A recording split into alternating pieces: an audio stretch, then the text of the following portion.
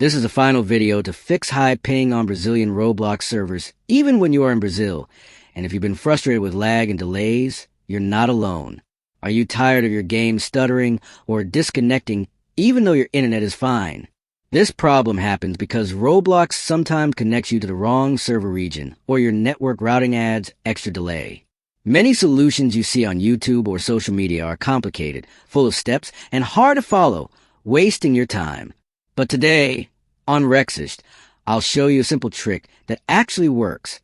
Adjusting your Roblox client settings and using a small network tweak to force the game to connect to the correct Brazilian server with minimal ping.